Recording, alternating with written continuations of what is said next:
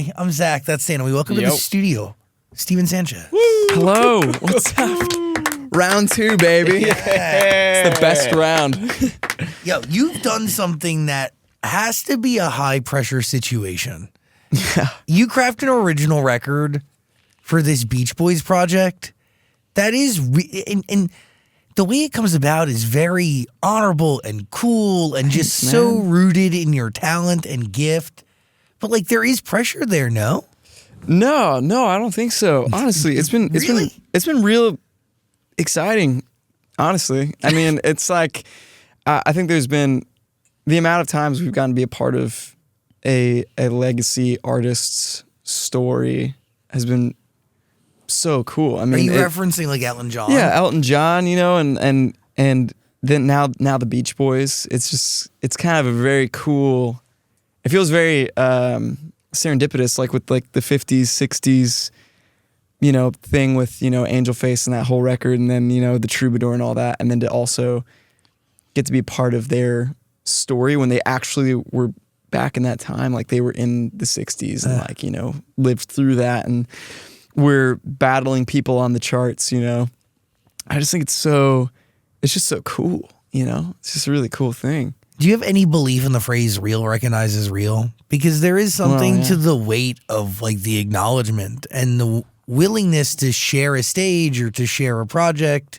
Yeah. Because it is a big deal. Like, it is a big deal, the Beach Boys That's a thing. huge deal. I mean, these guys they don't owe anybody anything. I mean, they've done tremendous things, you know, through their lives and their careers. And I just think it's such a humble thing also to, again, it's like going back and like championing young artists and being like, oh, like that's really good. And like recognizing, you know, real artistry is really nice. And it just feels like, you know, man, like, oh, I'm making real art that's being, you know, recognized and that feels like that's being reaffirmed, you know, by someone who's been doing it for such a long time. In such a time when that was like the standard, like you had to be really locked in because I mean you had only so much tape and then that's it. It runs out and you know only so much money back then and it's just it feels like the possibilities are endless now. Like back then, I don't know. It's crazy. By the way, we're talking about Baby Blue Bathing Suit. That's the record that sparks this entire conversation. And you write this record with Dan Nigro and Amy Allen. Yeah. But do you do any other songs with them, or was it just this one? No, it was just this one. Amy and I wrote together before, ages ago, and then we didn't see each other for a long time. And then, we got hit up about the Beach Boys doc, which is crazy actually, because in LA at the Wiltern, the show you came to, I was there. Amazing. Also, thank you for being there. Are you kidding? That's so nice. That was so sweet. No. Thank you for having me. You got it, man. It was a packed house. Thanks. An incredible show. We'll discuss because you're really great at like you commit to the bit, man. And it's more than a bit. I think it's genuinely a part of who you are. Oh, thanks, man. It's great. Well, it's cool because at that very same show, John Stamos came to that show. I saw him, which is rad. And John Stamos plays drums for the Beach Boys every now and again. Casual. And following that show, like John was like freaking out and it was like, oh my gosh, like that was incredible. Like just like totally like, it was just the strangest thing to have Uncle Jesse like losing his mind over the show that we just played. Well, you really transport people back in time in addition to having a band that's incredible musicians, plus you are an incredible leading man. Like you're outstanding. Thanks, man. But you're very meticulous in regards to the details. And like, dude, it shows. Like genius is in nuance. And you really transport people back in time. It's really awesome. Thanks, brother. Well, you know, he came to the show and was freaking out, and then he was in like a vacay spot somewhere with Mike Love from the Beach Boys. And this is pre like, you know, them hitting us up and everything. And they were listening to Be More from Angel Face. And then like a few weeks after that, we got an email just like, oh, like, would you come and be a part of this thing? Like Dan Nigro and Amy Allen we're writing a song together for this Beach Boys documentary. We'd love for you to be a part of it. And then that's when it all kind of came back together full swing. And I'd never met Dan Nigro before then, so that was cool. And it was nice to, you know, see a familiar face again, you know, Amy Allen, and there we go. Baby Blue Bathing Suit. You got to watch the documentary. It's hanging out on Disney Plus. Dan Niagara is an icon. He's a good dude. He's a sweet dude. How does, like, what did you go into that session? Like, what was already done when you walked in? Was it nothing or? The track was pretty much laid out. I was absolutely shattered from the tour, just like exhausted beyond belief. Like we just finished up our US tour all across North America and everything. And then we did Europe for 3 weeks as well, like just nonstop, full on. And I was just so burnt. And it was like the last bit of my trip. Being in London, I just remember I went into the studio and I was actually like, I was so bummed because like in hindsight, like it was such an incredible moment and day to like be in Abbey Road Studios. But I was actually like I was so exhausted, like I wasn't the best hang like at all. And so like Dan Niagara and I were meeting for the very first time and I was just like, I was the worst vibe ever. Like I was the worst vibe. And But it was fun because like they're such pros and like they're so gracious too for that because you know they work with artists all the time and you know some people have their best days and some people have their worst days, you know, meeting someone for the first time. And I just appreciated that like there was so much grace for the fact that I was just having the worst day, like just so exhausted. And that was cool. I mean, just total pro, like had the tracks all laid out. Then we went in and like I was recording all the vocals and I was having a hard time doing that. And they were just very encouraging and just like, yeah, it's a testament to like their artistry and their craft that, you know, they know what to say and how to, you know, get things going. What did you learn from being on the road this last round? Oh man, that I need breaks. I need like space to like not be anywhere around music or like doing anything music related. Like I have to like go and like just pretend like I'm not a musician for like a month or something. How did you do that? Have you done that? Yeah, I went to Australia for 3 months and like just left. Really? Left the area. Like after everything, I was just like I dipped. I was gone. Didn't do any work, didn't write, just left. Just fucked off to Australia. It's wonderful. I took up surfing. Got like an Airbnb, stayed with this family. Shout out Matt and Georgie and Straya, baby. Come on. So good. Where'd you stay?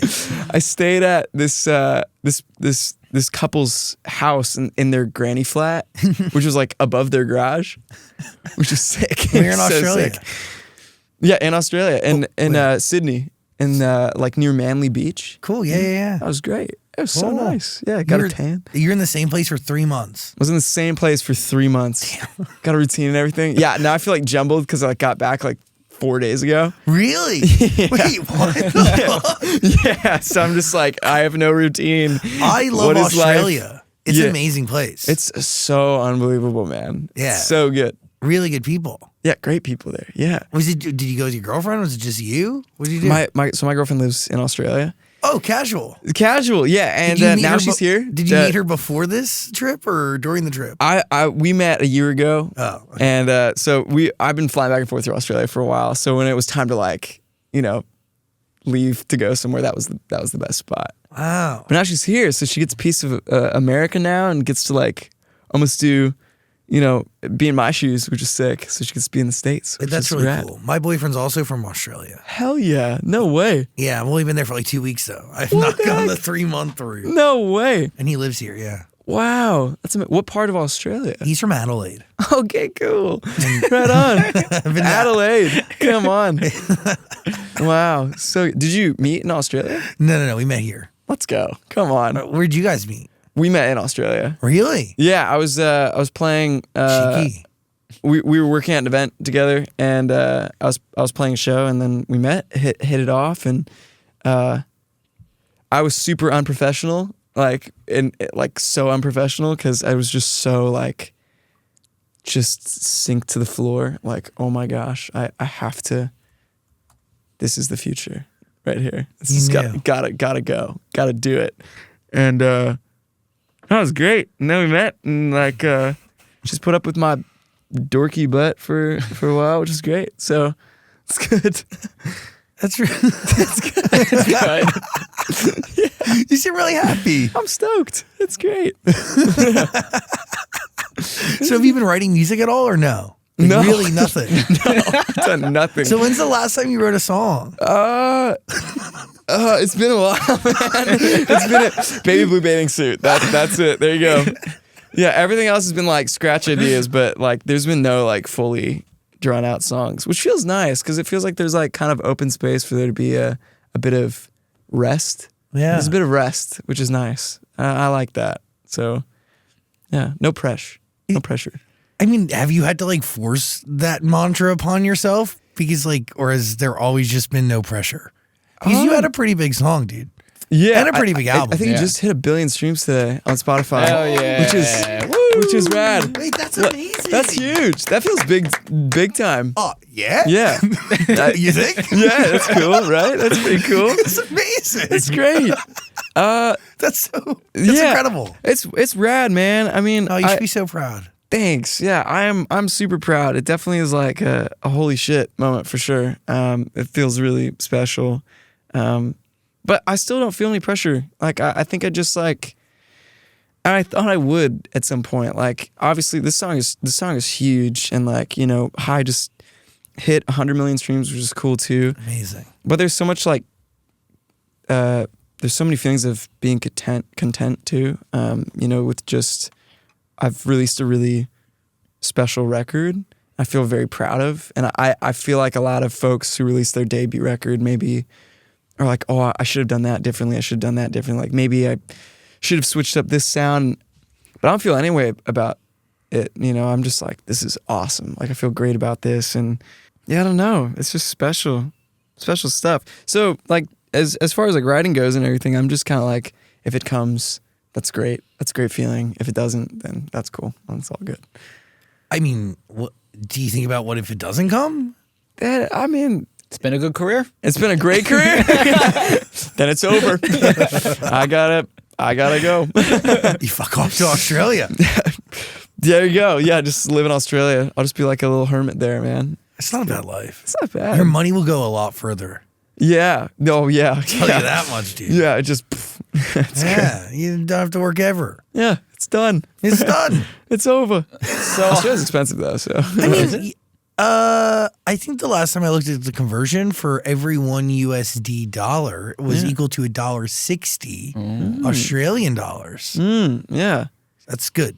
I think it's like 60 cents on the dollar in America. Like we're like less. We cost less. I don't know. I don't know anything. The conversion rates always confuse me. It always does. Yeah. Math is hard, guys. Listen, did I do well in it?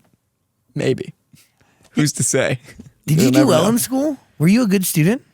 Oh my gosh. No. No, I was not good. It just came to tests, man. Just all the tests are hard. Studying's hard. But study. Message to everyone. Study. Yeah, studying is hard when you're busy like walking around with your guitar playing to people in the cafeteria. Yeah, that's tough. Lugging around an amp is hard. Yeah. and also carrying, you know. You had like a whole other agenda at Dude. school, I feel. Yeah, it was just, I'm just here.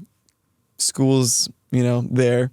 But music's the whole thing. It's That good. was your vibe, right? At school, if I remember correctly? You were the Yeah. guitar kid. Yeah, I was the guitar kid, which isn't like that's not a universally like, oh, that kid's cool. You know, it's like oh, that's all he does every day, which I don't know if that's like a hit or miss cool thing.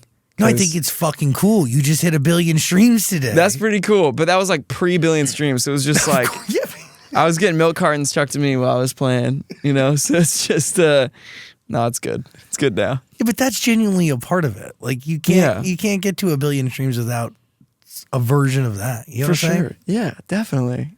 Yeah. I mean, I think it's like, it's nice that I've gotten to experience kind of the grind in that way. I mean, I feel like it's just a different time now. Like it's so strange. Like, you know, music's found in so many different ways and like through so many different platforms and avenues that it's kind of, there's not really any like major origin stories. Like I feel like if there was like I feel like you can't make a movie about someone from 2024 in like 40 years and be like, oh yeah, they were discovered on TikTok and like that's like the origin story and like the biopics and everything. It's like the biopic is literally like, oh, the phone's set up and like, you know, you're playing music. Like, it's like, oh, I'm gonna post this, and then they go to sleep. It's like they make it so dramatic, and you wake up and it's like, oh my gosh, and like my life changed forever.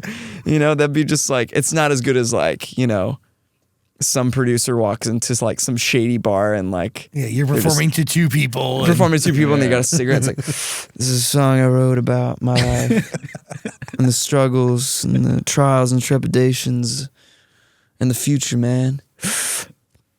Yeah, man, then I'm not, you know, and it's like nothing like that anymore. Nothing, like no one's doing nothing. It's just like, You're so right. you know, like that guy was coked out and like on not saying that you should do that at all, but I'm just saying the times were different and like, you know, there was so much like drama, Yeah. you know, going on. It's like the worst drama is like, But you haven't posted a TikTok in a week and like our numbers are going down.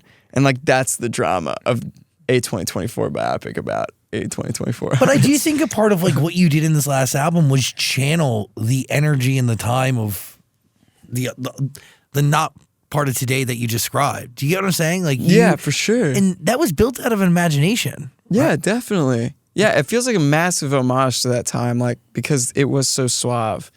You know, like there was such a swagger to it. You know, like I mean, just what I was saying about, you know, like the having to record on tape and like go back and forth. Like I watched Love and Mercy recently, which is like, it's got Paul Dano like talks about, you know, Brian Wilson and like the Beach Boys, you know, journey through pet sounds and everything, and like how that like changed everything, but like for the worst at the time. And I just think that that's such a testament too, that like it didn't work back then, like trying that stuff didn't work. But then, you know, it did work like now. And I think it's cool that like, again, like that sound raises its hand and is like, no, this is cool. And then it works like in this time because it feels fresh, because I think that music's kind of becoming more under the radar a little bit, you know, as like new music and like the future of, you know, artistry like kind of takes charge. So it's just cool to see like that sound kind of come back full swing. Hello, beautiful human. Every year, millions of gamers experience IGSS, inadequate gaming setup syndrome. Luckily, a cure has been found. You have to go beyond with the Vibrasonic mattress by Beyond Sleep. This thing has 6 built-in subwoofers, USB ports for charging, LED lights so you never stub your toe. It gives you an acoustic massage when you want it, plus adjustable degrees of comfort. This right here is the best way to game ever. Cure your IGSS today at BeyondSleepTech.com. So do you feel like the next album is a continuation of the story from the first, or is it going to be something totally different? Totally different. Yeah, like I want to look at music as like almost like as a musician being in like a directorial position, like that each, and like a screenplay writer position, like each record is like a story and they have their own characters and real stories are told from like a fictitious standpoint and like with fictitious characters and everything. That's cool. Yeah, so like, you know, I definitely don't want to continue the 60s sound because I feel like it's cool for what it is, and I feel like if I kept going, it just won't be cool anymore. You know, like it will stop being cool. And also other people, like I've noticed are starting to like do the thing. And they have been for a beat. Yeah, and it's like I just like I've left my mark in that way, and that sound, like it was really great. It was really special to me, and now it's time to like do something more personal and like write characters around that, and yeah, that'd be really cool. It's cool to write music from the perspective of a character. Totally. How do you break down that character? I mean, and I'm assuming this was the first time you did it for this last album, so like you have figured it out a little bit? Yeah, I think it's just like there's a bit of the character kind of helps you to hide a bit behind that, so that like, you know, the vulnerability and the humanity isn't discouraged, because I feel like it's really vulnerable to kind of just fully just like full exposure, be like, this is me, and like this is every part of me, because I feel like it doesn't tell the full story, you know. But if you put a character in front of it, like that tells the fullness of their story, you know. And I feel like I couldn't release enough records and I couldn't release enough songs to tell the full story of myself. And so I never want to try and like put myself up front and be like, I'm going to write a personal record and like, this is me. Because then it's like, it almost feels restricting, you know? It almost feels like, it's like, oh, that's all of Steven Sanchez. Like, that's all of who he is and like who he, you know, brings himself to be, because it's just, we're ever changing all the time. And like, there's so much growth that happens all the time. And, you know, journeys that you go on and roadblocks that you meet and face, you know, on the journey. And I feel like with the characters, it's like their story starts and ends where I want it to. And I feel like I allow like parts of myself to start and end where I want them to through the lens of a character. Like the Troubadour, like there's definitely some truth in like just the longing for love and like the desperation and like all of the poor decision making. Like, I mean, the Troubadour is kind of this naive, like poor decision making character who like, you know, chooses to throw caution to the wind and then like, you know, gets bit for it, you know, through getting gunned down, you know. And I feel like that, you know, metaphorically is just like, you know, just things in my life that I've experienced. You know, I have just kind of thrown caution to the wind and been like, I want this so bad because there's something that I feel like has been missing in my life. And I've chased things before that, you know, aren't satisfactory and like that I think that that's what I want. And it really just like harms me in the end. Because like, you know, you make things idols in your life and like you think that those things will save you and they'll be your hero. And they just won't be. And so, yeah, I don't know. I'm just excited to like tell another part of my story through the lens of a character, you know, because it makes it free to do that. It's so fascinating that like you like it's rooted in your reality. Yeah. It's probably the most exaggerated form of it to certain degrees, but like you build a whole story off of it that I'm assuming helps you navigate whatever you're going through. For sure. Yeah, definitely.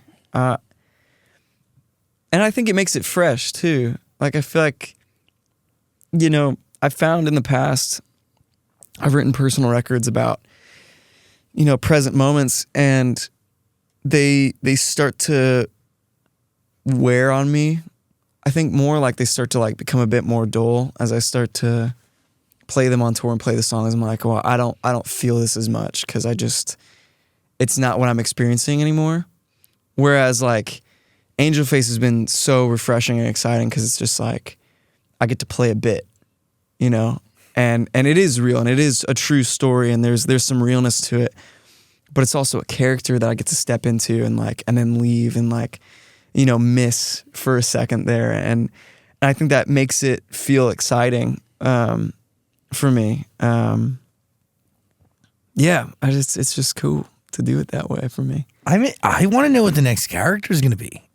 Yeah, I it's not fully formulated or anything like that, but it's about this character Sam Sutton and his wife Hope, and they meet, and it's about their love story, and it's about him losing her to cancer, and they both are like people of faith, and they relied on that in their lives and stuff.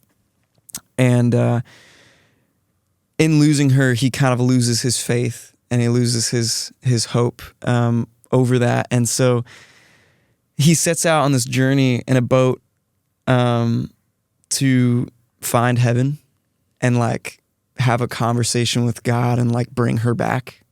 And it's kind of this fictitious journey of like, you know, the realness of faith and like kind of just believing in something that's bigger than yourself and relying on that. But then also just the realities of like humanity and like the brokenness of that and how those things show up even in the presence of something that is greater than yourself, and that there's a reality that's like, you know, we aren't our own heroes, you know, like we can try and save ourselves, but at the end of the day, like there's no way of being able to prevent bad things from happening. And I think this record is kind of just understanding the reality of just like, of my own reality and experience with loss and with love and like, and with faith and sharing that through the lens of these characters in this love story and like, really bringing like a humanity to it that isn't exclusive, you know, that isn't like, this is a religious record or it's a story about, you know, Jesus or anything like that. It's simply about like a love story and loss and like and something greater, you know, and feeling like you want to point the finger and to blame that and trying to understand that and trying to wrap your head around that. Yeah. So you have the character in the story, have the character in the story, but we have no songs yet. There's a couple songs. So there are a couple songs. There are a couple songs, but they were written like post Angel Face. You know, I started working on this thing. It's called, which I'm just gonna say that's what it's called right now. It'll probably be called that. That was cool. This is the first place it's being talked about, which is great. Oh, thank you. So Zachsang show, let's go. Hell yeah. Hey, that's really cool. It's giving like also a ship, you know? I like it. Yeah, and I'm just I'm keen about it. It feels like something that's really gonna be special, you know? Yeah. I'm interested in the style of music if you're stepping away from the 50s, 60s sound. Yeah. Have you started playing with that at all? Yeah, it feels new for sure. Like there are definitely hints of like, you know, some singer-songwriter elements, but I want to implement sounds from all that I've experienced, you know, and all that I know and bring into something new, into areas that I don't really know and I haven't really explored. And man, I'm real excited about it. It just feels like a very honest record. And I feel like I haven't really had that yet, like that approach of like talking about things that, you know, I don't really talk about and that I'm scared to talk about, and like ideas and themes that are kind of taboo, but I want to write them in a way that feels like everybody's invited into it and no one has to feel like they don't belong in it. Because I feel like universally we all feel pretty broken or imperfect, like we're all imperfect people, and I think that there's a community in that. Totally. You know, and that imperfection. And I really want to highlight that and champion that imperfection and, you know, make this character, Sam Sutton, a very broken character that like is on this redemptive journey, you know, but not because of anything other than just the journey. Like the journey he goes on is the redemption. You know, it's not one thing or the other that saves him or anything like that.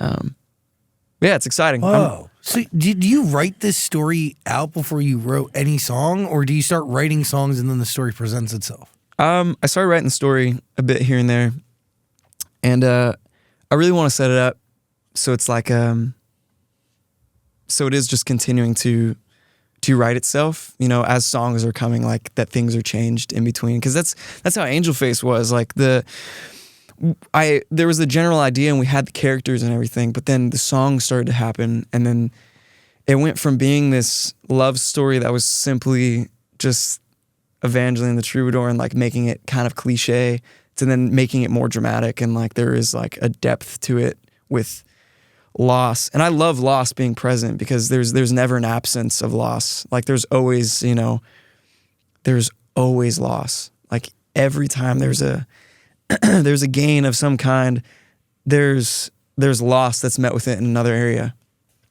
And sometimes that's good or that's bad, you know, like when you're growing as a person, you're losing your old skin, like your old ideas, the old ways that you used to do things, and then you're taking on new skin and new ideas and new approaches to things. And I think that's really beautiful. But I really want that for this record. I want there to be that kind of natural progression of the story, and I want it to be a visual record too. So like making it a movie and having that be like the forefront. Like I want to do our tour, you know, and play the movie in between songs. Oh, so we'll like cool. play sections of the movie, play songs, and then we'll, you know, play other sections of the movie and like really tell this story and invite people into that. Oh, wow. Yeah. So it's even more inclusive, you know? So you're excited about this next era. I'm excited, man. Yeah. It's just like, I feel like it'll be cooler than me just telling it on stage, you know? Like, you know, being like, our story begins 59 long years ago at a club called The Angel, you know? And it's like, oh no, we'll play the movie and we'll soundtrack it. You know? That's sick. Cool. Yeah. Very cool. Yeah. Thanks, man. Oh, this is exciting, eh? Yeah. Real exciting. So yeah. do you have any desire to have another song like Until I Found You, or does that not even matter at all in the process of making music? I just feel like it's not my choice, you know? You're right. I just feel like it's there's such a surrender in this thing, you know? I don't feel like I have to grip so tightly to everything because it's just, this is such a special gift.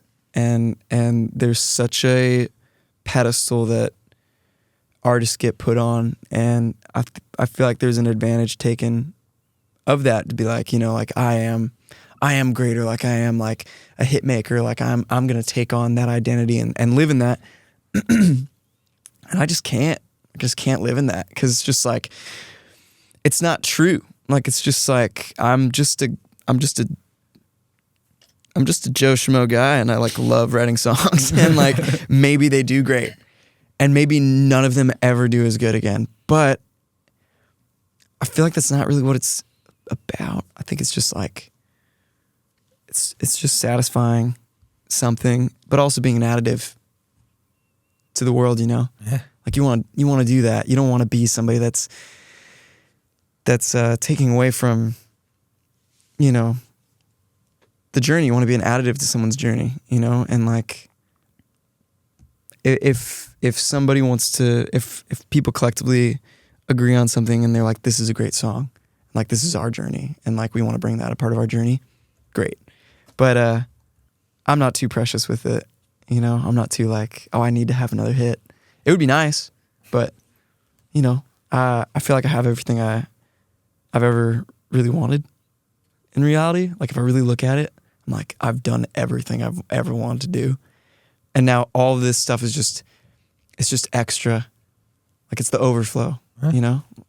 It's cool. That's a really beautiful and healthy way to look at it. Yeah, feels Special. special. Hey, speaking of overflow, the songs on Angel Face, the deluxe version, were they just overflow or did they not fit into the story? Yeah.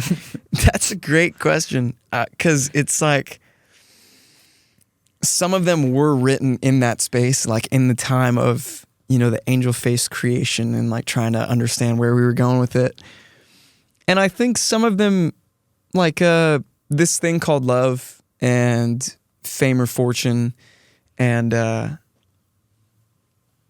yeah, those two specifically were songs that fit kind of the sentiment of the record, you know, that longing and that like kind of understanding of like what's important, and the troubadour wanting to leave the fame behind and chase the one he loved, and like, you know, trying to, you know, reconcile within himself this idea of like not being able to let her go, you know? And I just think at the time it just didn't, I feel like I told the story and already through another song, and I think it was just, let's just save these for another time because there's a time for them. And no, it's interesting. And some of them were written way later and they just felt right to put on this record. And I feel like I wasn't so precious with it this time either. It was kind of just like, these are really great songs that I feel fit the thematics of everything, but they don't have to fit the dialogue or the story, or they don't have to have a place in like the lineup of like how it goes progressively. And I feel like it just kind of leaves people to be like, oh, this could fit here, or this could fit here. Like This Thing Called Love could be next to, you know, Something About Her, or like, you know, the other side could be like right next to High or something like that. And I don't know. It's funny too, because like some of these songs were like were rewritten too. Like the other side was like horrifically inappropriate, like borderline like pornography, like just Wait, what? like it was like so inappropriate. Like the lyrics were like just absurdly inappropriate. Where are you at when you write the original version of that I one? was in a crazy spot.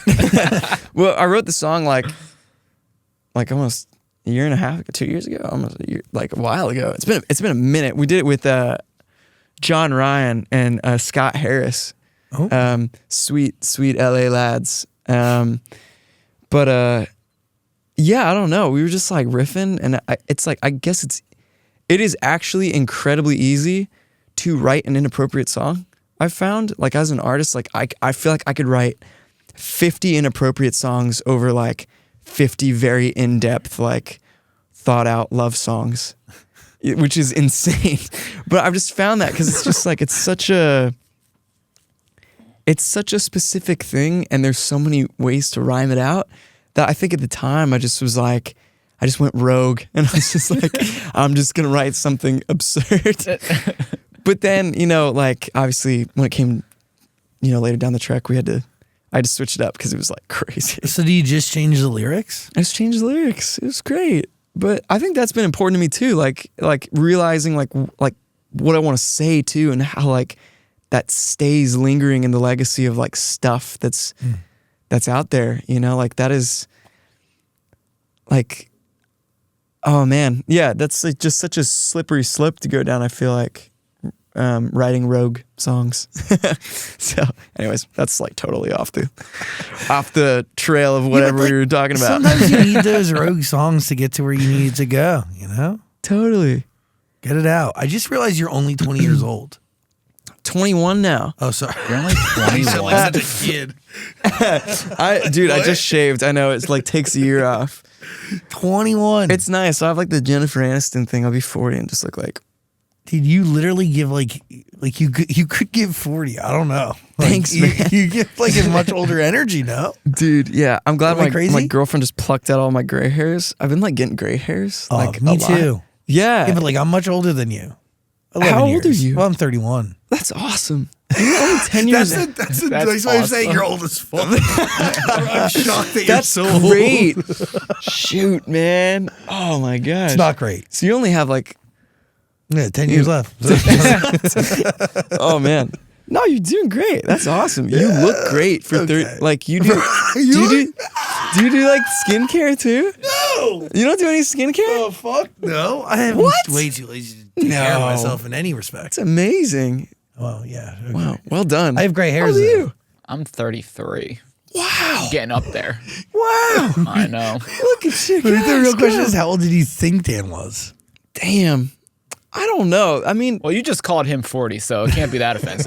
it's not like it just feels like you guys are just like in the fine wine vibes, man. Hey, man. shit. You Thank guys you. are aging like a good Chianti. Yeah. That's great. Yeah. I'm trying to save myself. Yeah, from the you're whole right. idea. Keep figuring it out. It's good. By the way, Steven's music is waiting for you on Amazon Music. There's a link below, code on the screen. Go over there and grab it. Hey, Yeah, you shot the music video in Sydney, Australia. That all makes sense now because you've been come living on. there. North Curl. Isn't it an amazing place? It's so amazing, man. I love the Tim Tams. I love the yeah. seafood. I really love Australia. It's like, dude, it is my favorite place on the planet.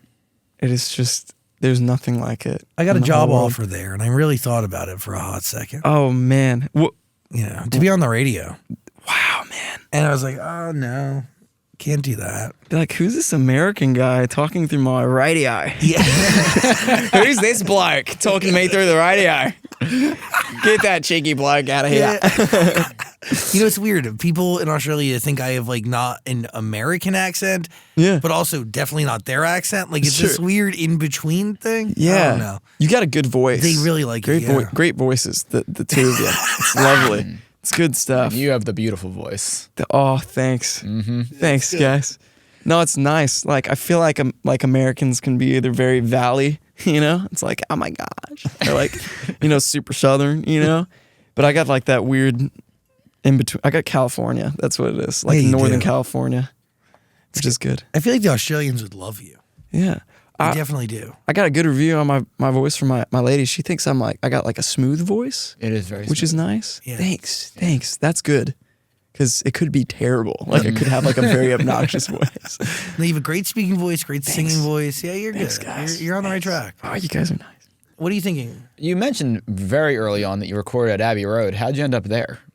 Yeah, I mean, I guess that was the spot. Like I feel like there's so much history there, and also I feel like the irony with the rivalry of the Beach Boys and the Beatles back in the day, which I didn't know either. Like that is the craziest thing. Watch this documentary. Like that is the craziest bit of that whole documentary is that they had a total rivalry back in the day. And no, I think it's like almost like a oh yeah, like we're at Abbey Road, like we're gonna record a song for the Beach Boys, like documentary at Abbey Road Studios, where like some of the greatest Beatles songs were recorded, and Yeah, That's insane. it was really cool. I think that's such like a full circle intentional moment there. Like it couldn't have been done at any other studio. Like there's no connection there.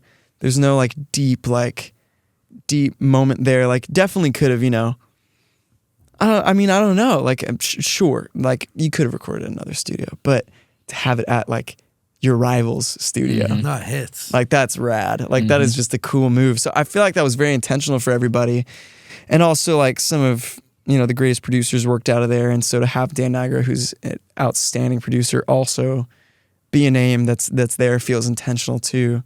It just feels like a very big. I don't know. It's just to make it feel very triumphant, like a very big moment, But yeah, I'm sure someone just made a phone call. Like, please let us record here. By the way, you can watch the documentary. It's on Disney Plus and all of Steven's music waiting for you on Amazon Music. I'm excited for this next album, man. Thanks, man. But slow and steady wins the race. Like, how many songs do you have like sitting, waiting? There's about 4 right now. Okay. That feel really special. I'm being very slow with it, like very slow, very precious with it, because the lyricism feels really important. Because I feel like, I don't know. It just feels really, really important. I feel very like there's like a deep conviction that like the lyricism has to be a certain way, and it has to be saying a certain thing. But I don't think there's like a necessarily a theme to it. But yeah, I'm really excited. Like, yeah, I'm really excited. I wish I could like have it shared already because it's just cool. But do you have a deadline in your brain? I'd like to start properly writing songs in the space between now and like our tour at the end of the year. Like I'd really like to start writing properly and really getting some stuff out there. But I'm also just whatever comes, because I feel like some of the best stuff comes that way. Totally. Yeah. When the universe wants it to come, it will come. It's gonna be great. I believe that. So beautiful. Come back when the album's out, please. We'll do, man. We'll chat it up. We'll talk about the movie and everything. Yeah, exciting. That'll be cool. Yeah. I really appreciate you. I appreciate you guys. I appreciate everything about all this. Well, you're a very special one. Thank you for being here, Steven Sanchez. Final thoughts? Emotional Vacation is a good one.